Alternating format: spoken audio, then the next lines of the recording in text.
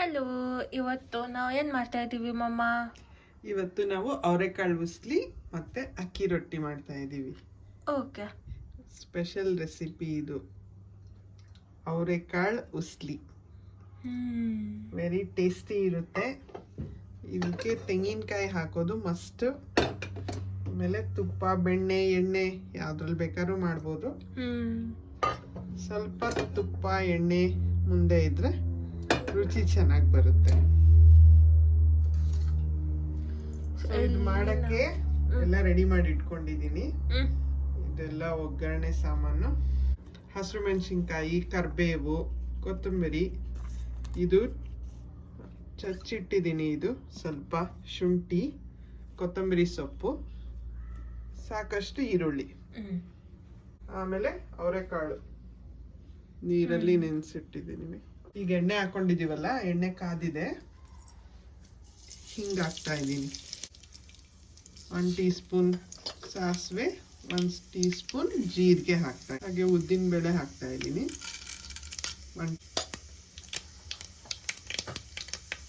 ಇದೆಲ್ಲ ಮಸಾಲೆಗಳು ಒಗ್ಗರಣೆ ಡಬ್ಬಿಲಿ ನಮ್ಮ ಮನೇಲಿ ಯಾವಾಗಲೂ ಇರುತ್ತೆ. ಅರಿಶಿನ, ಸಾಸಿವೆ, ಉದ್ದಿನ ಬೇಳೆ, ಧನಿಯಾ ಪುಡಿ. ಸೊ ರುಚಿ ಹೆಚ್ಚು ಮಾಡೋಕ್ಕೆ ಇದೆಲ್ಲ ಬೇಕೇ ಬೇಕು ಅಡುಗೆನಲ್ಲಿ. ಚಟಪಟ ಸಿಡಿತಿದೆ. ಈಗ ಬೇರೆ ಐಟಮ್ಸ್ ಹಾಕ್ಬಿಡೋಣ. ಹಸಿರು ಮೆಣಸಿನ್ಕಾಯಿ, ಕರಿಬೇವು, ಇದು ಶುಂಠಿ,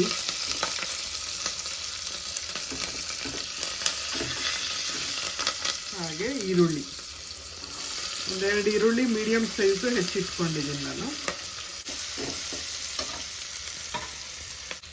ಅವರೆಕಾಳನ್ನ ನೀರು ಬಗ್ಗಿಸ್ಕೊಂಡು ಬರ್ತೀನಿ. ಇದು ಪಿಂಕ್ ಆಗಿದೆ ಈರುಳ್ಳಿ. ಅವರೆಕಾಳನ್ನ ಫ್ರೈ ಮಾಡಕ್ಕೆ ಹಾಕೋಣ.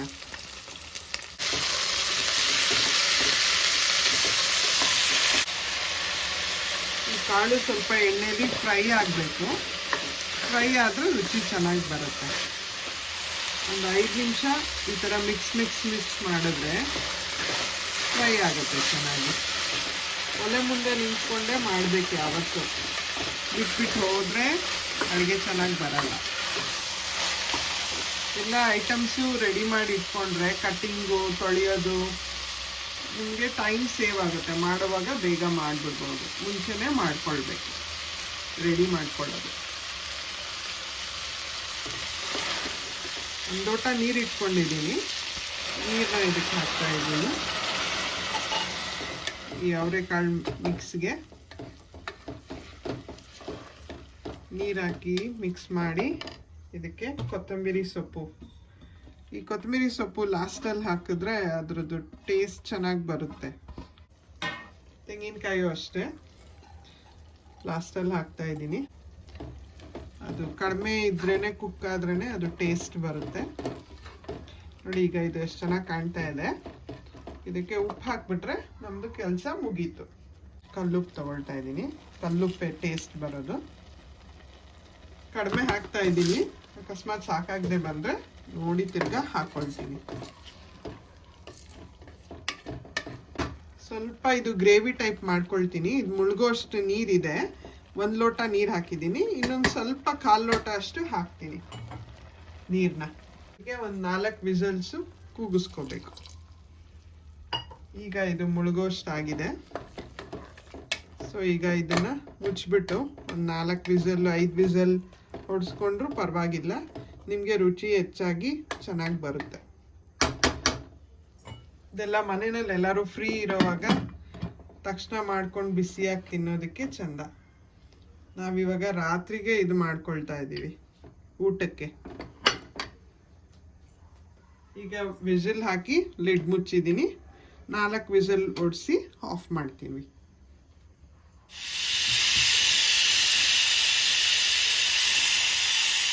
ಈಗ ಅಕ್ಕಿ ಹಿಟ್ಟು ಮಾಡ್ಕೊಳ್ಳೋಣ. ಅದಕ್ಕೆ ಈಗ 1 ಲೋಟ ನೀರು ಹಾಕ್ತಾ ಇದ್ದೀನಿ. ಸಮ ಪ್ರಮಾಣದಲ್ಲಿ ನೀರು ತಗೋತಾ ಇದ್ದೀನಿ. 1.5 ಲೋಟ ಅಕ್ಕಿ ಹಿಟ್ಟು ಅಂದರೆ 1.5 ಲೋಟ ನೀರು ತಗೊಳ್ತಾ ಇದ್ದೀನಿ. ಅದ್ರ ಮೇಲೆ ಇನ್ನೊಂದು ಚೂರು ಹಾಕಿದ್ರೆ ಕರೆಕ್ಟ್ ಹದ ಬರುತ್ತೆ. ಇಷ್ಟು ಎಕ್ಸ್ಟ್ರಾ ಹಾಕಿದ್ದೀನಿ. ಇದೇನು ಭಯ ಪಟ್ಕೊಳ್ಬೇಕಾಗಿಲ್ಲ. ಮಾಡೋವಾಗ ಜಾಸ್ತಿ ಹಿಟ್ಟು ನೀರಾಯಿತು ಅಥವಾ ಒಣ ಬಂತು ಅಂತ. ನೀರು ಕಡಿಮೆ ಆದರೆ ತಿರ್ಗಾ ನಾವು ಏನು ನೀರು ಹಾಕ್ಕೊಳ್ಬೋದು. ಅದನ್ನು ತಿರುಗಿಸಾದ್ಮೇಲೆ ಅಕ್ಕಿ ಹಿಟ್ಟು ನೀರು ಜಾಸ್ತಿ ಆದರೆ ಇನ್ನೊಂಚೂರು ಅಕ್ಕಿ ಹಿಟ್ಟು ಹಾಕ್ಕೊಂಡು ತಿರುಗಿಸ್ಕೋಬೋದು.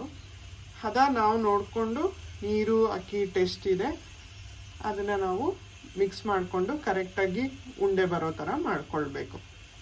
ಮಾಡ್ತಾ ಮಾಡ್ತಾ ಅದು ಅಭ್ಯಾಸ ಬರುತ್ತೆ. ಏನು ಭಯ ಬೀಳೋದು ಬೇಡ, ಆರಾಮಾಗಿ ಮಾಡ್ಬೋದು. ಇದಕ್ಕೆ ಎಷ್ಟು ಬೇಕೋ ಅಷ್ಟು ಉಪ್ಪು ಹಾಕ್ತಾಯಿದ್ದೀನಿ ಮುಂಚೆನೇ. ಈಗ ಈ ನೀರು ಕಾದ್ಮೇಲೆ ನಾವು ಅಕ್ಕಿ ಹಿಟ್ಟು ಹಾಕ್ತೀವಿ.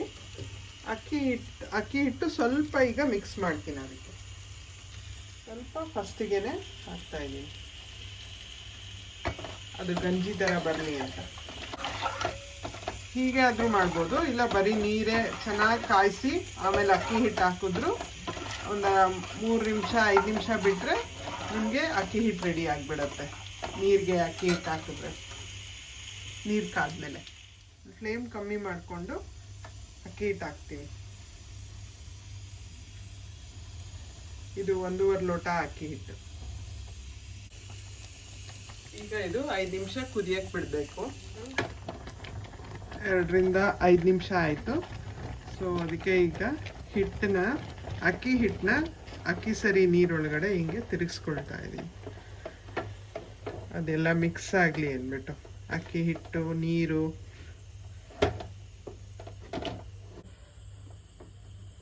ನೋಡಿ ಈಗ ಇದು ಚೆನ್ನಾಗಿ ಮಿಕ್ಸ್ ಆಯಿತು. ಈ ಥರ ಹಿಟ್ಟಿನ ಕೋಲಲ್ಲಿ ಮಿಕ್ಸ್ ಮಾಡ್ಕೊಂಡಿದ್ದೀನಿ. ಸೊ ಸ್ಲೋ ಫ್ಲೇಮಲ್ಲಿ ಒಂದು 2 ನಿಮಿಷ ಬಿಟ್ಟು ಆಫ್ ಮಾಡಿ ಆರಿದ್ಮೇಲೆ ಈ ಹಿಟ್ಟು ತಿರ್ಗಾ ಚಪಾತಿ ಹಿಟ್ಟಿಗೆ ನಾದ್ಕೊಂಡ್ರೆ ನಮಗೆ ರೊಟ್ಟಿ ಉಂಡೆಗಳು ಮಾಡ್ಕೊಳ್ಬೋದು, ರೊಟ್ಟಿ ಹಾಕೋಕ್ಕೆ.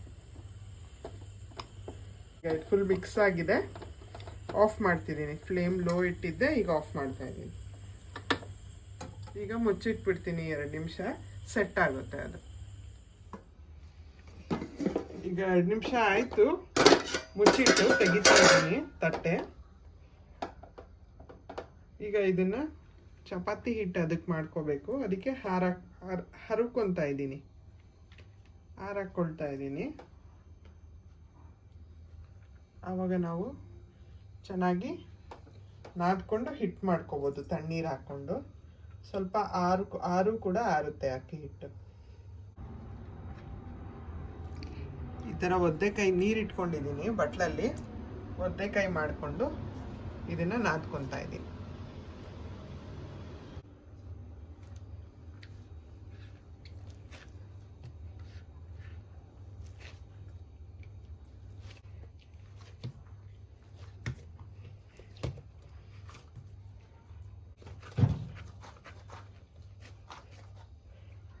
ನೋಡಿ ಈ ಥರ ಬಂದಿದೆ ಹಿಟ್ಟು ನಾದಿದ್ದಕ್ಕೆ. ಇದನ್ನೀಗ ಉಂಡೆ ಮಾಡಿಕೊಂಡು ಎತ್ತಿಟ್ಕೊಳ್ತೀನಿ.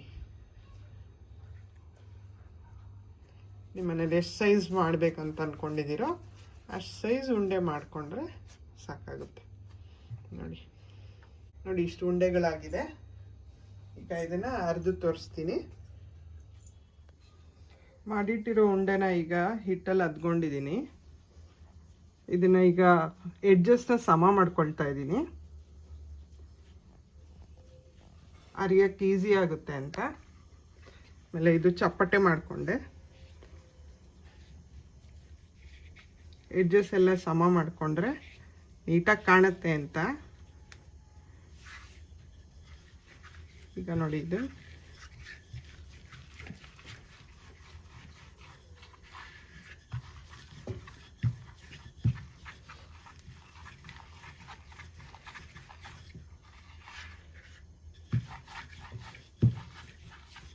ಈ ಥರ ಹಿಂಗೆ ಸುಮ್ಮನೆ ಅರಿತಾ ಬಂದರೆ ಮೆತ್ತನೆ ಕೈಯಿಂದ ಹಲ್ಕೆ ಹಾತ್ ಅಂತಾರಲ್ಲ, ತುಂಬ ಪ್ರೆಸ್ ಮಾಡಬಾರ್ದು.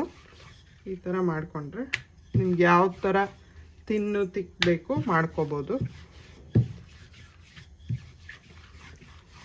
ಸೈಡ್ಸೇ ಹರ್ಕೊಂಬಂದರೆ ತೆಳ್ಳಗೆ ಬರುತ್ತೆ.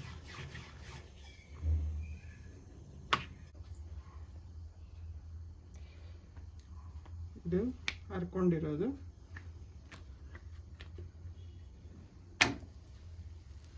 ಇದಕ್ಕೆ ಹರ್ಕೊಂಡಿರೋ ರೊಟ್ಟಿಗೆ ನೀರು ಸವತಾ ಇದ್ದೀನಿ. ಒಂದು ಅದಕ್ಕೆ ಅಂತ ಬಟ್ಟೆ ಇಟ್ಟಿದ್ದೀವಿ.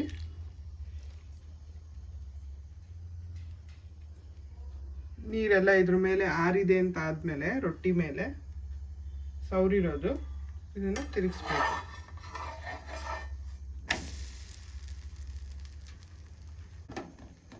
ಚೆನ್ನಾಗಿ ಈ ಥರ ಒತ್ತಿ ಒತ್ತಿ ಬೇಯಿಸಿದ್ರೆ ರೊಟ್ಟಿ ಚೆನ್ನಾಗಿ ಬೇಯುತ್ತೆ. ಎರಡು ಕಡೆನೂ ಮೇಲ್ ಗರಿ ಗರಿ ಇರುತ್ತೆ, ಒಳಗಡೆ ಮೆತ್ತು ಇರುತ್ತೆ.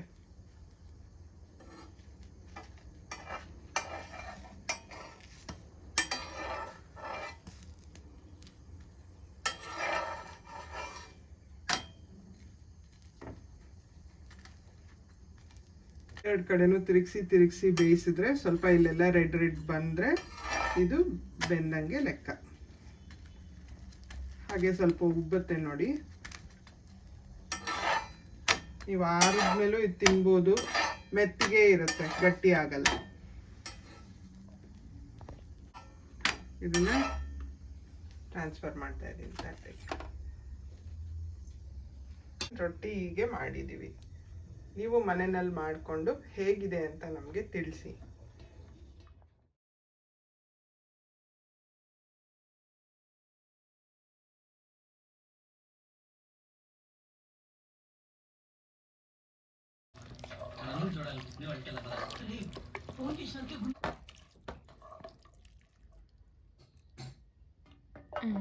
ಯಮ್ಮಿ ಅವರೆಕಾಳು ಪಲ್ಯ.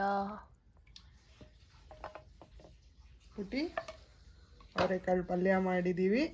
ಹಾ, ಚೆನ್ನಾಗಿ ಬ್ಯಾಟಿಂಗ್ ಮಾಡು. Thank you.